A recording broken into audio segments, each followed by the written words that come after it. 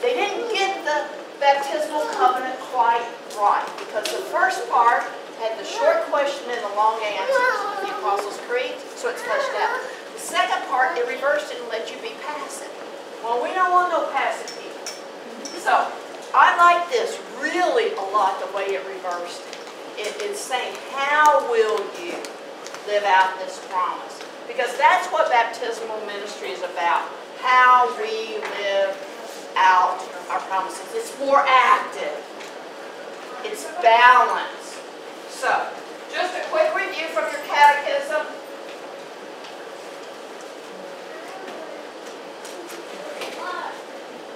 Who's the most important member of the church?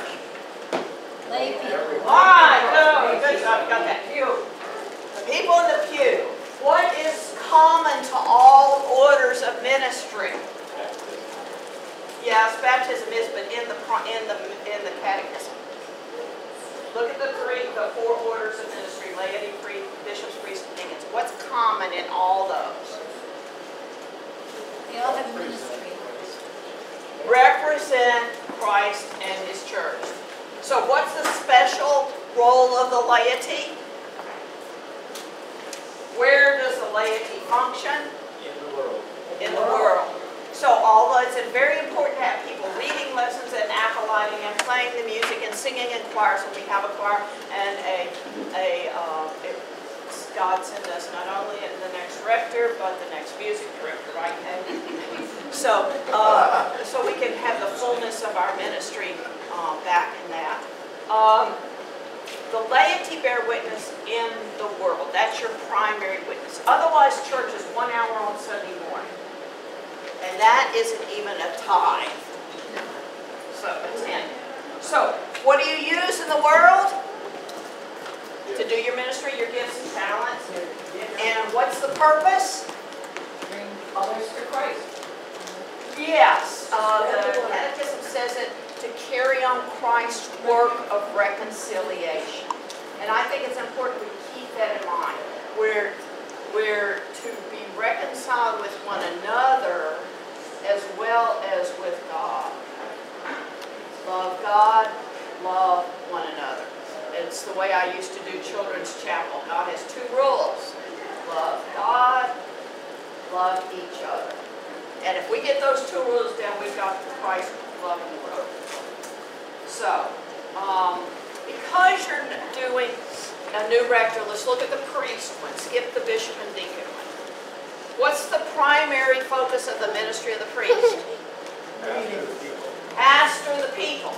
Not to do the outreach project, not to do all the other things that a church does, teach Sunday school, to run the children's chapel, to... Thanks, Lincoln. I got started without you, but this first part has just been a review. So, what's the second area of a priest ministry? The diocese. So the first area is pastoring the people, and that includes ministering of the sacraments, Madeline. That's part of pastoring the people and to the diocese. And so what are the primary duties? Proclaim the gospel and minister the sacraments. Right. Preach, teach, and work, proclaiming the gospel, and ministering the sacraments. And we went through all those last week, so I'm not going to do that. So, who runs the church? People. Some flawed human beings, right? I think I had that in my sermon. Who hires and fires? Vestry. Who opens the church on Sunday? It was Rob pretty much before, wasn't it? Now it's vestry members taking rotation. So you've actually taken one more active step of claiming your ministry. Who oversees the bulletin and decides what hymns and prayers are said? Basically, the priest has the responsibility. They utilize a worship committee, commission, people, consultant to work it out. Definitely has to work with the musician, because if she can't play it, it can't be played. Now, of course, Kate can play anything, right? time, Right. but I mean, we actually were running up against that with some of our substitutes because we can't play everything that we sing. Who makes coffee hour happen? I think Linda organizes it, but the people make it happen. Who tends the garden? Who cleans the building or sees to it that somebody cleans the building? Who carries out the trash? Who teaches Sunday school or decides if there is a Sunday school? Who maintains the website? Who answers requests for financial aid? Right now, it's going through Kylie, but Ann and I do not have access to the funds of the church in any form or fashion. A priest normally has a discretionary fund, so when you have a rector, you have a rector's discretionary fund for these kinds of things. I really like the setup right now. I really like Kylie doing this. Who maintains the properties? I think what we do is the answer to everybody, right? So there's a whole lot to go to running a church, and what I want to do is read you a quick piece of scripture. Actually, do you have somebody who can read loud enough for everybody to hear? Because I'm going to pass this out if you do. Sure. Okay, why don't you just stand up and read it if it's okay? Just the front page. This comes from Acts chapter 6. Now during those days, when the disciples were increasing in number, the Hellenists complained against the Hebrews because their widows were being neglected in the daily distribution of food. The 12 called together the whole community of the disciples and said, "It is not right that we should neglect the word of God in order to wait on tables. Therefore, friends, select from among yourselves 7 men of good standing, full of the Spirit and of wisdom, whom we may appoint to the task, while we for our part will devote ourselves to prayer and to serving the word." 5, what they said pleased the whole community, and they chose Stephen, a man full of faith and the Holy Spirit, together with Philip, Prochorus, the cantor, Timon, Paramenus, and Nicholas, a proselyte of Antioch. They had these men stand before the apostles, who prayed and laid their hands on them. All right, so I need that one to the back side of this. So, the early church faced, oh my gosh, squabbles and divisions. And the Hellenists, meaning the Greek descendant, Greek leaders, Greek speakers, and the Hebrews were against each other. And each side was claiming, "You're not taking care of our widows." And the other one says, "You're not taking care of our widows." Does that sound at all familiar in churches? You know, it happens all the time, this kind of thing. So what was the decision of the church, the body of Christ? How did they resolve this conflict? They appointed deacons. They set aside 7, I didn't hear what Wally said, but Natalie said they made this first 7 deacons. And the deacon's responsibility was to see to the oversight of the outreach, basically. That everybody got treated fairly. And if you look at the names, some of the names are Hebraic and some of the names are Greek. That doesn't necessarily tell you anything because we see Paul going by 2 different names, Saul and Paul. And so they tended to have double names. So why did they do that? They did it to resolve a conflict. To free up the priests. And to free up, then it was the apostles. It was the leaders, the 12 primarily, so that they could preach and teach and pray. Okay? After that first, and that's how the church was in the beginning. It moved from there to house churches. What do you know about house churches? Obviously they met where? In people's homes. Who had a home big enough to have meetings? Rich people. The more wealthy members of the community, right? So it was more likely to be in a more wealthy members community. They might or might not be the preacher. or teacher. I mean, we have a wonderful story in Paul where he said at some house church he's preaching and a guy falls out the window because he falls asleep during the sermon. It's all night. It's all right if you fall asleep during the sermon, I guess. It probably won't kill you like it killed him, but then Paul went down, brought it back, so it was all good. So it was house churches until roughly Constantine institutionalized the church. And as you know from last week, I don't think a whole lot of what Constantine did to the church. And I think that was the beginning of the downfall of the church. We have great buildings and institutions, and if you travel Europe, you're going to go to a whole bunch of churches because that's what you do. And they're awesome. But how many people are in them that aren't tourists? So anyway, so now that's review. That's sort of everything that was said last week. And I took longer than I should have. But anyway, how is the Episcopal Church been organized since its beginning in this country? Do you know? Bishop what? Bishop down. So it's both hierarchical and yet it's local. It was organized by diocese. What is the central unit of the Episcopal Church? The key core, you would think it's the parish. It's not. It's the diocese. Now, we don't live that way, do we? No. But that's how we're organized. What about our General Convention? There's two houses. One is the house of bishops.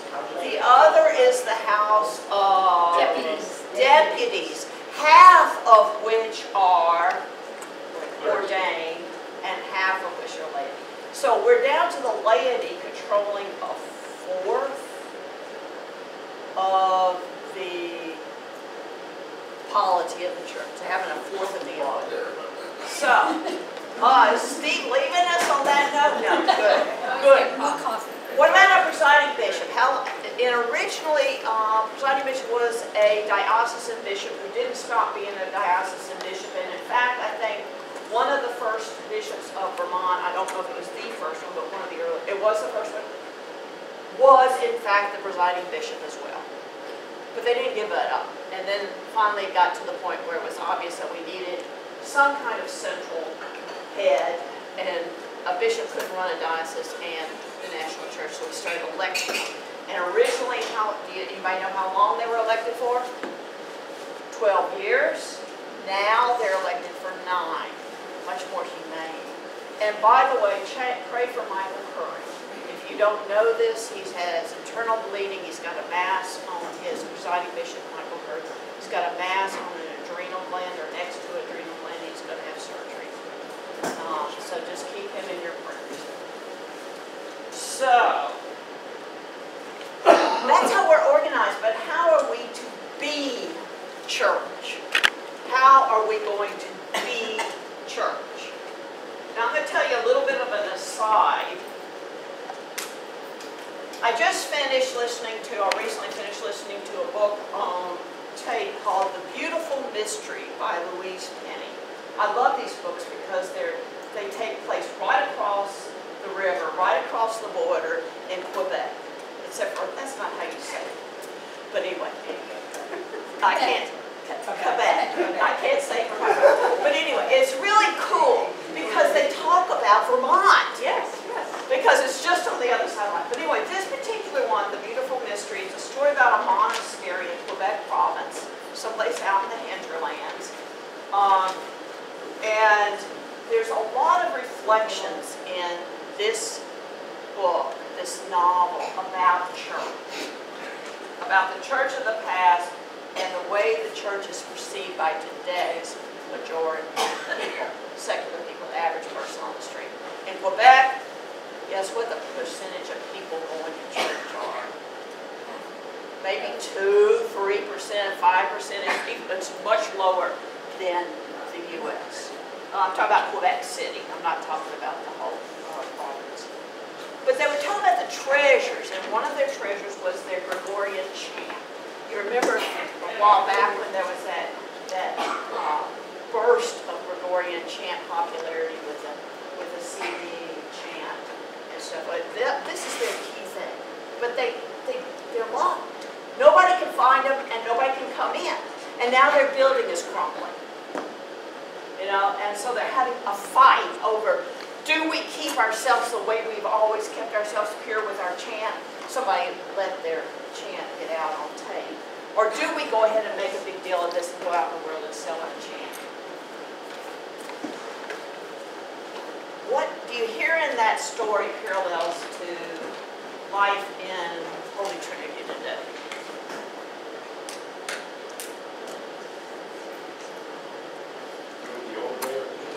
What? Yeah, what part of the old do you hold on to? Buildings can be a burden. What do you change in order to maintain buildings? Or do you? They actually had a fight in this monastery of 12, 14 monks. And there was the monks' men and the choir directors' men. And the choir director ended up dead. Now, I'm not saying if you don't resolve the conflicts here over your ministry, but if you don't, you tear each other apart is what they did. And so I just thought, conflict leads to death. It leads either to the death of the local church, or through growth leads to life. Through change leads to life. So you have to change some things to keep on living. And anybody who's lived life more than a year or two knows that it changes all the time. So I want to do a little exercise. And you're going to tell me either or. And I'm going to line them up.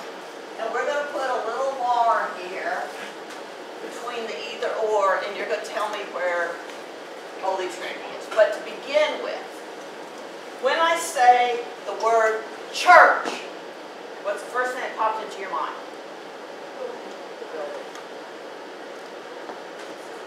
And what's the second thing that popped in your mind? People. Unity. People. Family. Okay? We'll come back and put Holy Trinity on this. How are clergy different from lay people? What?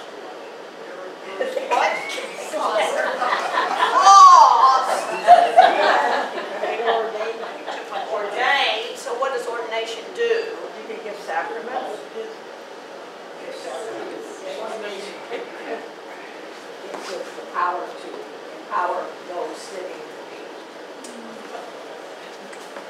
So let's say they're set apart, professionally trained. And if I say Christians, does that include the clergy?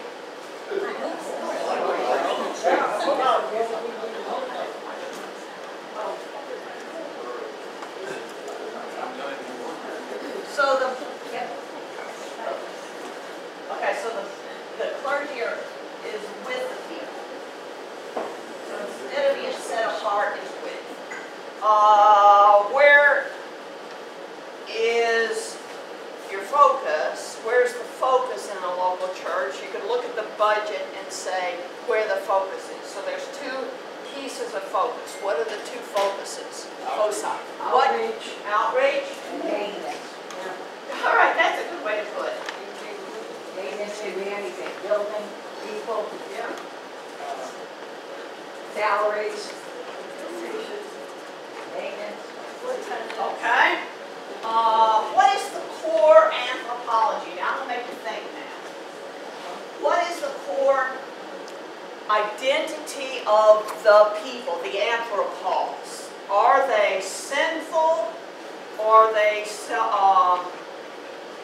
is your idea pessimistic or optimistic?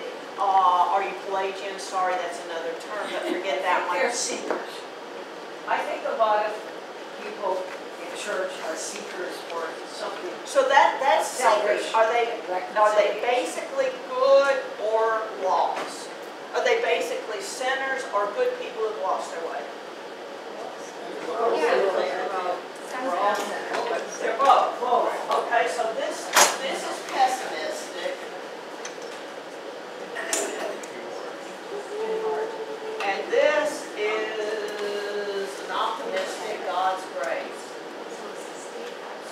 is a focus on sin, and this is a focus on grace. And remember, grace is God's unmerited gift of faith. Okay? Here comes your next one. Personal question, when were you saved? If you're from a Protestant church, you've heard that question.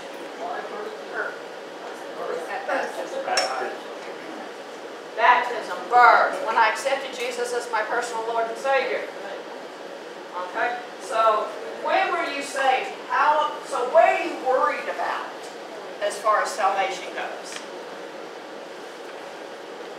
Is it a matter of worry because the focus is on I? Or is it a matter of celebration? Because Jesus, you know when I was saved? 1900 and something years ago. When Jesus died on the cross. That's when I was saved. So JC did the work.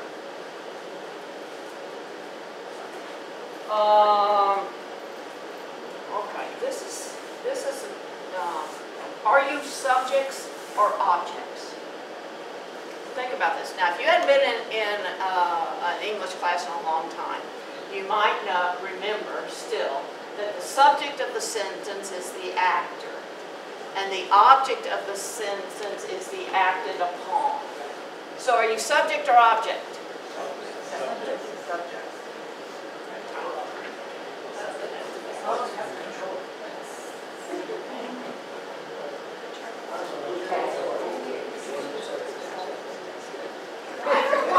Myself as an object, but sometimes we are the object. So, do you function within a Greek philosophical word or a Hebrew philosophical word? If you haven't done a lot of philosophy, that one's a little harder, isn't it? Could you define those, please? Yeah, right, sure. Greek is individualistic. Hebrew is communitarian.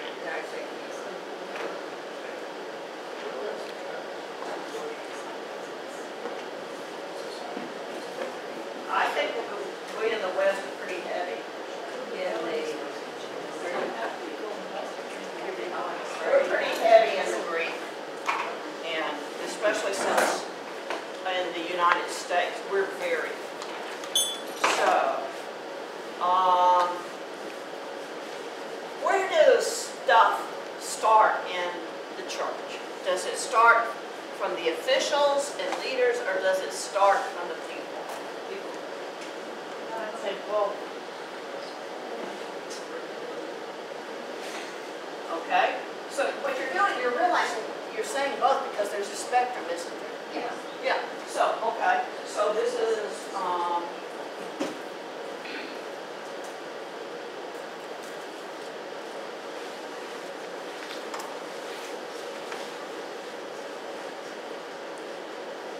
some way of, and this is people saying,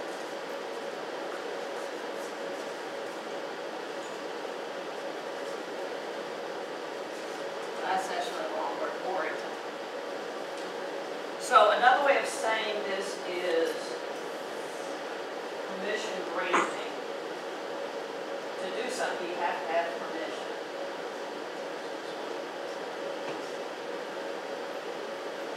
And this is permission assumed.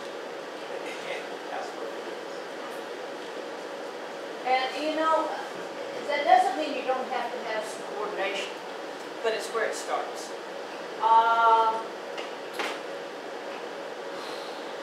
To whom is the church's ministry focused? People that aren't here. The people that aren't here. How about Inside the doors.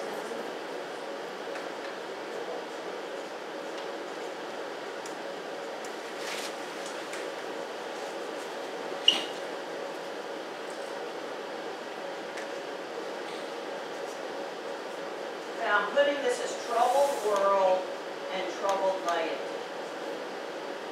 Do you see how I made that dichotomy? And last, who should be educated? Everyone.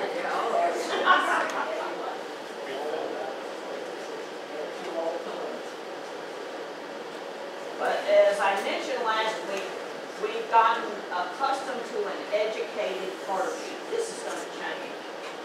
We've sent them off to seminary, and now we're discovering that people can't do that like they used to, and so it's going to change. Now, let's be honest. And on each one of these scales, where is Holy Trinity Church today? On this building versus people focused. Where are, let me go back to my question just to tell you, what? I think we're more building focused right now, just if you look at our budget and where our money's going. Okay, budget and money says we're heavily building focused. What, 60-40? 60 building? So you're saying about here? That's financially I would say that the work of the other end. there's a financial reality and there's an actual activity. Okay, so financial is over here. So, and what are you saying? I think we're looking at more buildings versus the number of people who help create and maintain from the grassroots up that building. So right now, what we've We've got got more attention here. buildings. I'm hearing We've attention got here. people. How many people do we have to help maintain? Yeah, I'm hearing attention. Okay, so what you're saying is, where do you, now let me ask the second question, where do you want to be? So you want to be here. More people. Okay. Now, looking at the clergy as separate from the people versus part of the congregation, part of the people, where do you think Holy Trinity is today? I'd say 80% of the So moving this way, 80%. Are you happy with that? Yes. Yeah. Okay. So we're happy with this. Maintenance versus outreach. Where are we today? Financially. This is the financial.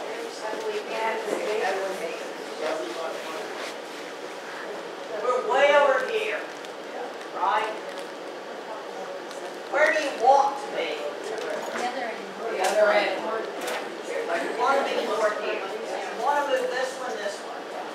So this one, they're still divided. Is your basic outlook optimistic or pessimistic? Is it sin or grace? Somebody said there was no sin. We don't have sin. That was last week. Yes. Because I saw it. Okay. So we were talking about that. You really are not focused on sin. I would say that overall, this congregation is on the optimistic end of the scale. I would say so. I think we're more optimistic than we are pessimistic. We think pessimistic at a certain point in time, and then some people, right.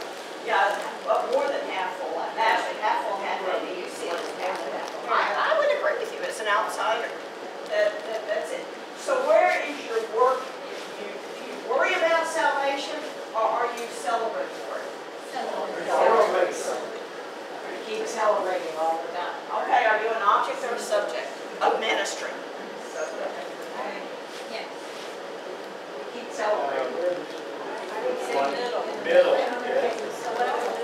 Middle or maybe even a little bit. Are you happy with that? No. You want to be more subjects, more actors? Okay. How about the two worldviews, the Greek individualistic, the Hebrew community? I'd say that the church, the community, is probably here because they want to be what they're really, and that's what people find. But they're responding to the Greek of the world. Okay, so there's a, we're hearing a lot of you, right? All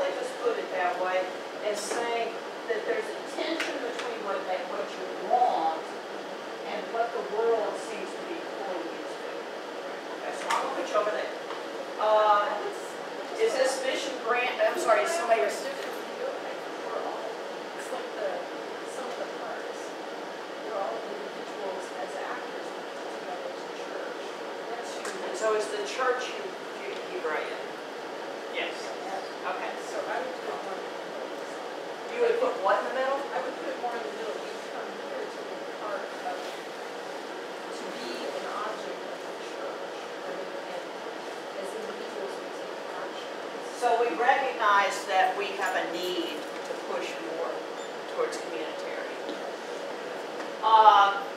Are you permission giving or permission asking? Does ministry start here or here? Are you saying today? Yeah, today. Today. If you have to step back to what you were before the transition and say what it was and where you want to be, that's fine. Because you're in transition, which means that you're at the threshold.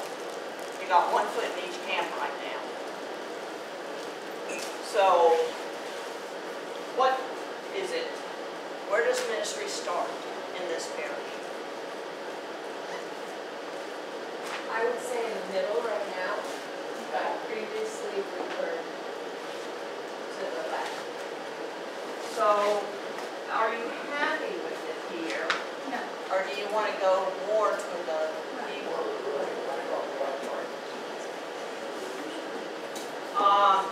Is the ministry to a public of the church to, right now, Holy Trinity, to a troubled people? In other words, is it inward focused or is it to a troubled world?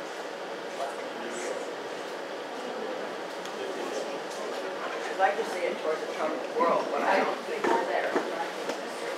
No, no. Is the ministry of the church primarily ministry of Holy Trinity? See, what I'm trying to get you to do is to focus as community. Because this is what the questions that the transition committee has to answer are we questions.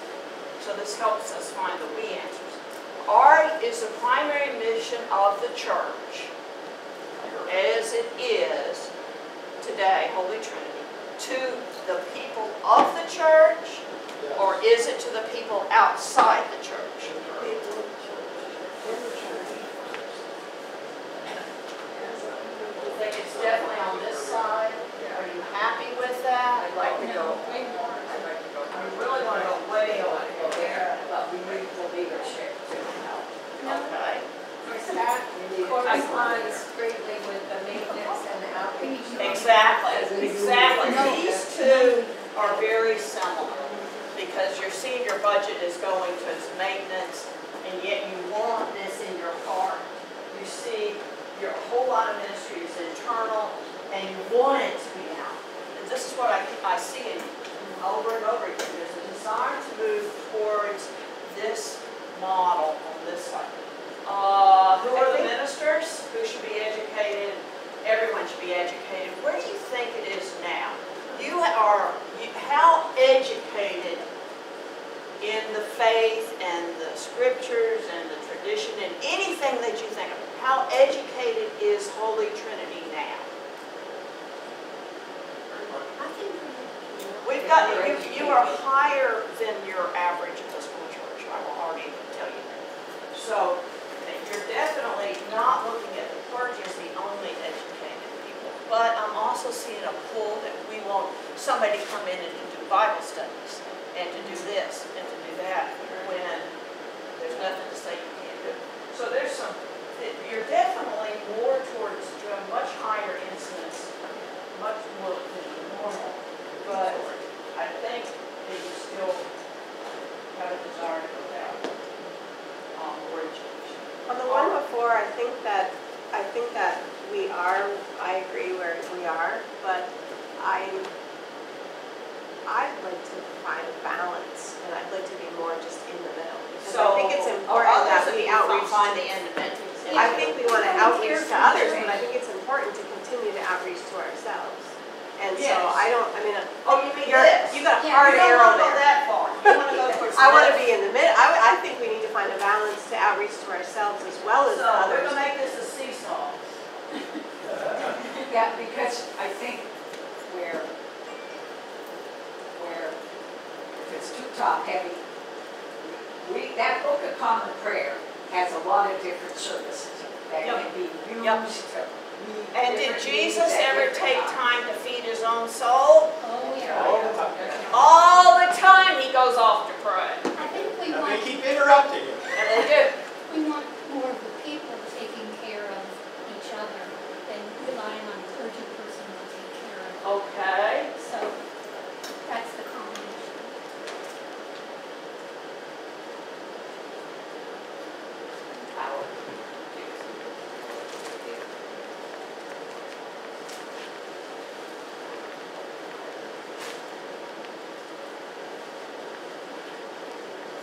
And this gets in, yeah, this gets to this whole thing.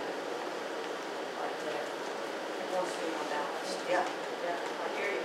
I hear you. All right.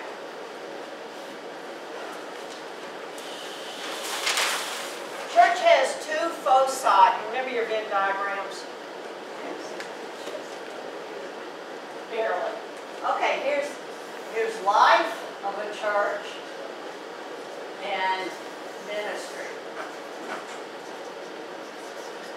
of the church. So what you're saying is this needs to be very well developed, and it does, or you can't do this.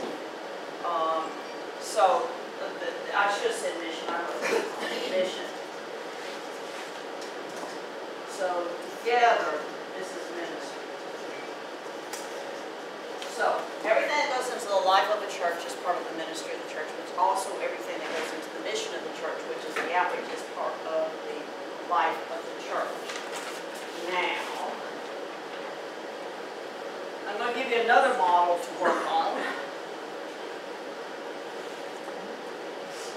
Tell me what this looks like to you. This is the clergy. And that's the people. Does that feel good to you? This is clericalism. This is where the clergy is top down. So one attempt to address this is to have your clergy up here, and then ministry teams helping the clergy. Does that feel good? Sort of like this. Do you think that's more where you are now? Right, remember spelling doesn't count. Okay, and then there's this model.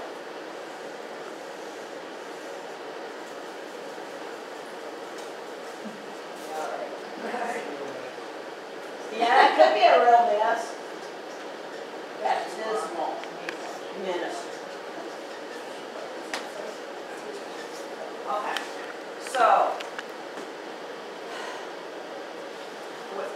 we tend to, you're using baptismal ministry a lot as part of your lingo, your jargon, and not everybody understands it the same way, which is part of the reason we're having a discussion. Some of you are thinking of something that's more a team ministry model, but maybe with a bigger slice in the team, less top down, maybe. Or maybe you're thinking this. Well, there's the 10% and 90%. Well, there's the eddies. The eddies in the church that take up all your time. I don't know where the eddy came from. I forgot what it is. It's the 10% that do the work and The the 10% that do, what Molly says, 10% do the work and 90% consume. And the eddies take up 80% of the clergy people's time. Right, There's a real, and eddy came from something, I don't remember the name, what it came from, so I'm sorry. But there's a small number of people in the church that take the majority of the clergy person's time. And there's a certain percentage of the church that will do the work. There's some people who won't do the work because, why won't we do the work? I'm tired. I've done it for 80 million years. I want to sit in the pew. That was my reaction when I retired. I didn't want to have anything to do with church ministry because I needed to sit in the pew for a while. So why else won't they do the work? What? They're not invited. Oh my gosh, you mean you have to be invited? Yes, people have to be invited to do the work. That sounds strange to some people because they're the kind of people that jump in no matter what. But the person who doesn't jump in needs an invitation because they're going to otherwise perceive a brick wall. Everything's already being done. There's no room. At what point does the church feel crowded? The church may feel crowded. Any idea? What percentage? If I walked into a church and I said, oh, this church is too crowded for me, how full is it? 80% is the statistic. Oh, is it? When you are filling 80% of the seats, people will come in and say there's no room for me. That's the gut feeling. They walk away. If you're 20% full, what are they going to say when they go? Yeah, this church is dying. I want someplace else. Unless you like being a big frog in a little puddle, in which case you might like that. So you have to invite. This is something we forget. It's part of communication. You have to invite. How do you get people to do jobs?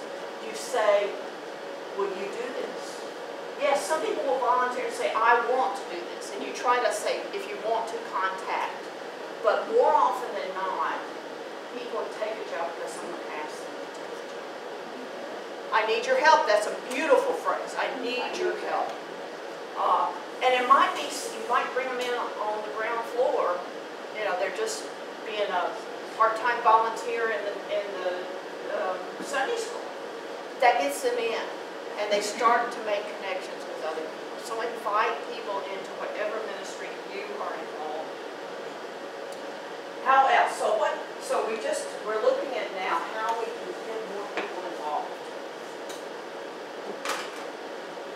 And we said invite.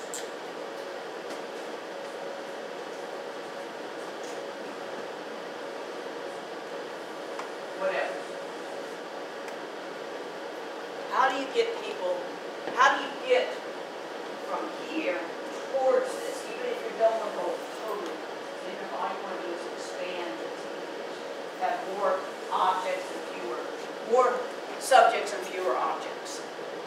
I think that when you have people and they share in the ministry of their time, you need to cotton to them and say, thank you, I appreciate you coming, I appreciate you helping, whatever we can do to help. We ought to say thank you, we're glad you're here. I'm horrible at thank yous. That's all we got to do. And I'll just say stuff right on the front end, but you're right. Saying thank you for helping. That's right. So invite, say thank you. See, they have some ideas. How do you get them to That's right. elicit ideas? And this means, I don't know if it's an E or an I. E.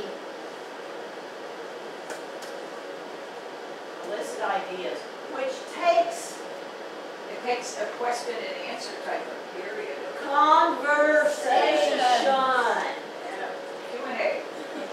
It takes talking to people. And some people, you know, I go into a church, I don't want anybody to bother me. I'm on vacation, I go to church, go to church, sit in the pew. I don't want anybody to bother me. So I get out as fast as I can. So nobody bothers me, because then the next thing you know, I'm confessing I'm a priest. And conversation shifts. Fran, I think the other one is respecting individuals' time and ability to give that and not judging if they can't give as much as you think they can. I think that sometimes turns people off if you expect that they're going to be able to be there weekly to be a part of the group and they don't have the ability to provide that time, but to provide the opportunity but not judge if they can't provide the time. So, respecting limits of time, energy, any finance, any of those things. For example, somebody might want to host coffee hour, but it's got to be, this is not this church, of course, this is another church. It's got to be a competition to who can have the most elaborate spreads. That's going to shut down people offering. If, when you ask somebody to host, you say, we can cover the cost if you want us to. We've got a budget for the line for that. That kind of thing helps people step in. Yeah, okay. I think if you can get preachers to preach to preachers, okay, all people preach to all people. So I mean, You know when the best sermons a preacher gives are the ones I preach to myself. yeah, I like that. Yeah.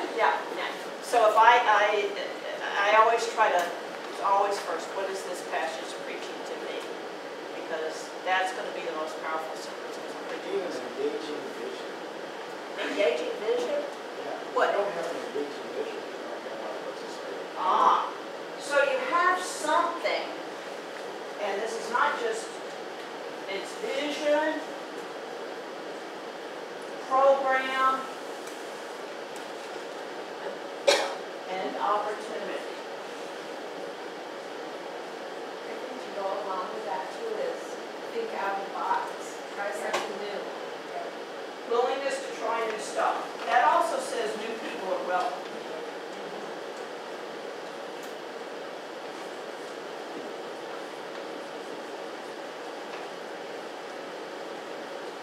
So this is a track.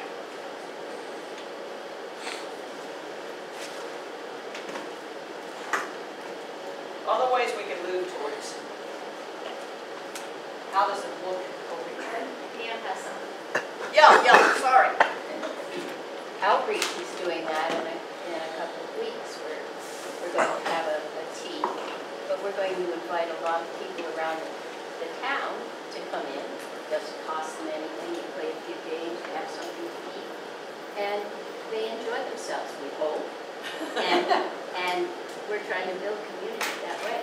And I think at this Take Back the Night thing, you got together with a couple of the other churches and you each had little brochures that said something about what you were doing at that church.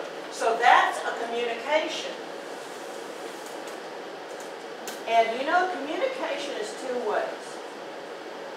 It's not just out and in, but I mean, we have to talk to each other about what we're doing. Because if I don't, and if I'm not on the outreach committee, I might not know about this tea.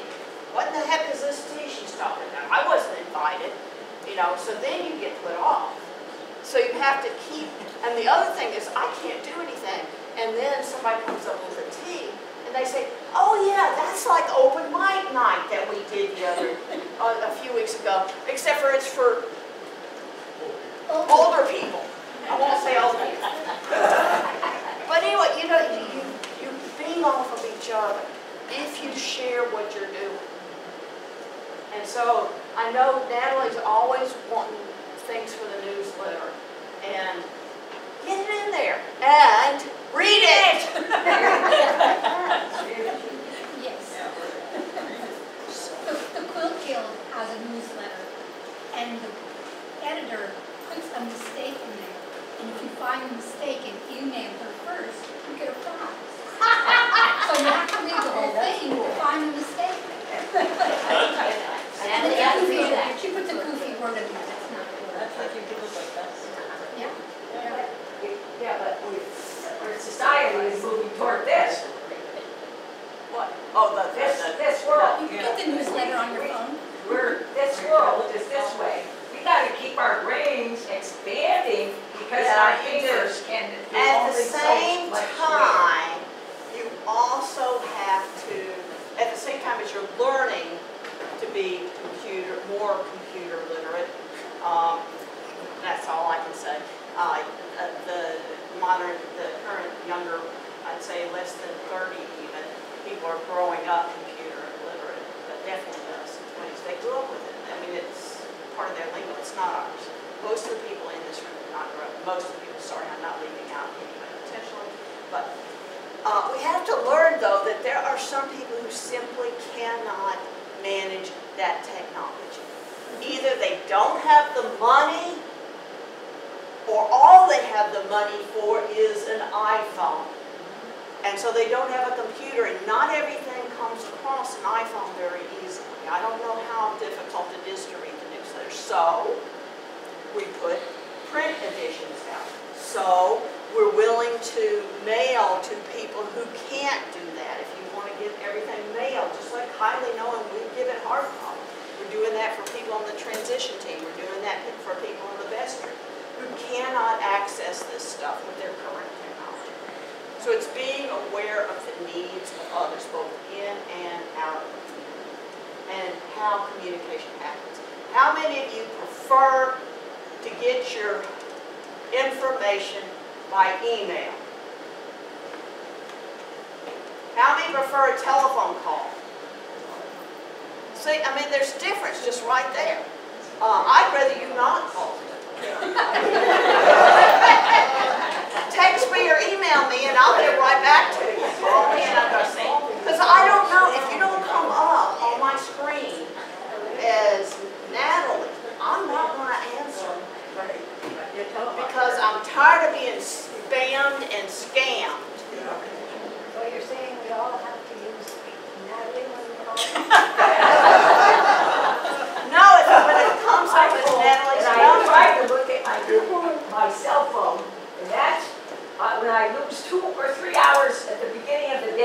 I'm frustrated with myself because I spent too much time on my cell phone trying to figure out what to do. Yeah, and I get really angry Really? when my, Well, I right just now not my want to do iPad is that. acting up and I'm getting really frustrated with it. It Not only blinks in and that, out but of when its a Wi-Fi. different number appears on your phone, you get this spam alert.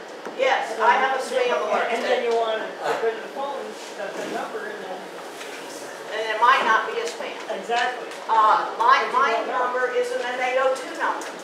So I call somebody and they don't answer because they think it's foreign. Yeah, they think it's spam or something. Well, I always think if they really want to talk to me, they'll leave a message. They'll leave a message, that's what I say, and then I forget to check my messages because for some reason or another, my phone isn't rigged right. And I don't have a kid to rig it right. So that it'll tell me that I've got a message in my voicemail. And I'll go in and find, you have 8 messages in your voicemail. So, and I'm basically semi-computer literate. I'm the IT person in the house. So what you're seeing is that this is a kind of dynamic to work together to be baptismal ministry. Probably the most important thing you can do is talk to each other. And sometimes it gets frustrating because you know that you've told so-and-so 8 times that you wanted to volunteer for that, and they never followed through on it. I had somebody in my last parish who said, I'm not volunteering for anything with the diocese. I put my name in 3 times and they never contacted me. You know? So when somebody shows that first interest, if you can't respond to it, say, I'll find somebody who can help me. It's that favorite. You don't, in the Navy, I think, as the midshipmen are taught, you don't say, I don't know. You'll say, yes, sir, no, sir, I'll find out, sir. Right. Yeah, so if you can't answer the question or connect them, say, I'll see what I can do about that, or say, help her. You know, whatever it is, just take them directly to that person. Other comments, I pretty much used my 45 minutes. I think I got a little further than that, so. How do you know a person to contact them with that means? I mean, I don't have everybody's phone number, I don't have ways of talking to people on parish. Well, sometime during the week. The parish directory is a success directory. Yeah, there's a parish directory with phone numbers. Right here. She says there's no number. On the table. See, how would she know that? Yeah, I want to communicate. So how would she know how to get that? That's someplace we're falling apart when we incorporate people into the parish. They need to get access to how to handle people. Who's on the vestry? How many of you could actually recite the name more than 3 people on the vestry?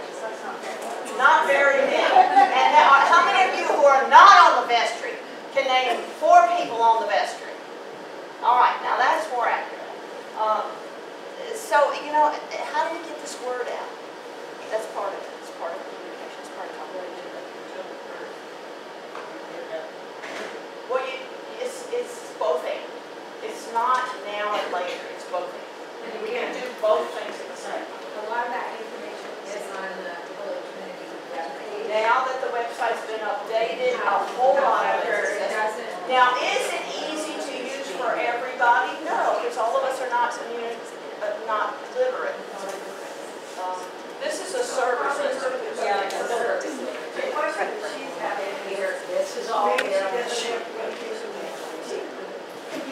Yes. So she would have no way of. But there are people who don't. Who only have to use the phone. So, now we do, but if you don't get this, if you don't pick up the server list, then you don't have it. And there's lectures and phone numbers on the back, and some of the readers' phone numbers, not everybody. Do not allow somebody to exploit this for a mailing list, please, because that's happened sometimes. But if you can't find one one, I'm sorry. Right there on the. Is the vestry listed on the parish directory? No.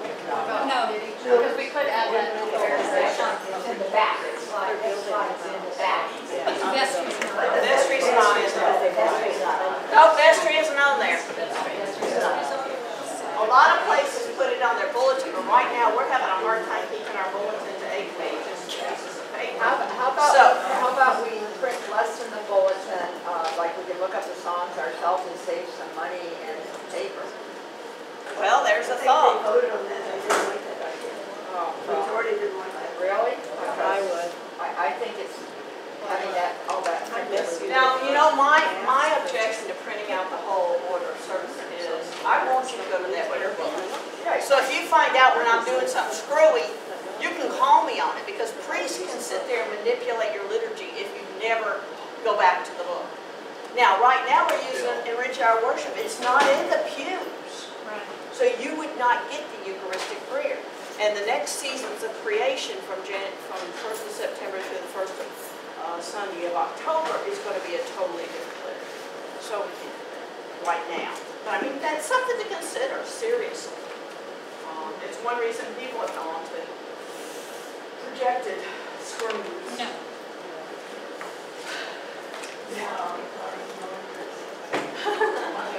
So, yeah, that's it. All right, any other questions or comments? Because I promised to try to keep the time. So, thank you. You have given, I think, you have given our transition team some thoughts to work on as they're answering the questions that are necessary as part of the profile. So, thank you. I want to invite Oh, wait a everybody, minute, ending prayer, so after Mary's announcement. I want to invite anybody that wants to help with nursery or Sunday school to contact me, because you will be welcome. So Madeline's got a closing prayer. I told her it had to be at the end. So have you lost it, or because I have a backup? Finally, brothers, whatever is true, whatever is noble, whatever is right, whatever is pure, whatever is lovely, whatever is admirable, if anything is excellent or praiseworthy, think on such things. So that comes from Philippians 4, verse 8. And brothers is clearly intended there to mean all people.